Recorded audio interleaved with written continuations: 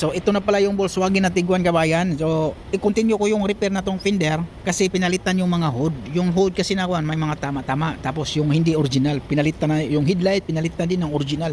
Lahat original pinagpalit na. So okay na. So ito pinagpatuloy ko na. Yung bumper repair lang din yung bumper. So ito pinagpatuloy ko na tatlong coating na tayo niya kabayan ha. Tatlong coating, umabot tayo ng tatlong coating. Kasi siniting ko ulit dito kabayan, tapos siniting ko yung ilaw kasi ito bangga, matibay ito siya kabayan ha.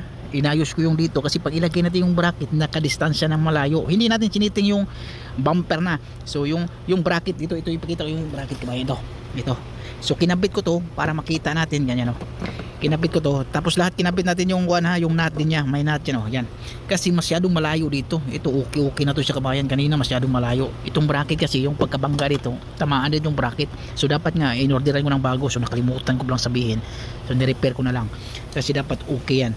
So ito blending nitong fender na to sa kabila. So tinanggal natin. Katulad kabayan, makikita naman natin yung distansya dito yan yan ang distansya na dito, masyadong dikit, dito medyo malayo. So okay na yun, dito parehas na.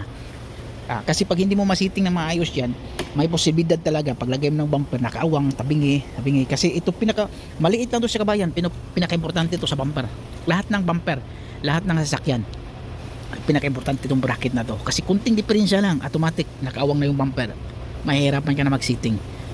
Pag isipin mo, pag mag-sitting ka na, maglagay ka na ng bumper, isipin mo kung ano yung bangga. So ikatulad yung bangga, so automatic yung bracket dito pag malakas may impact sa bracket.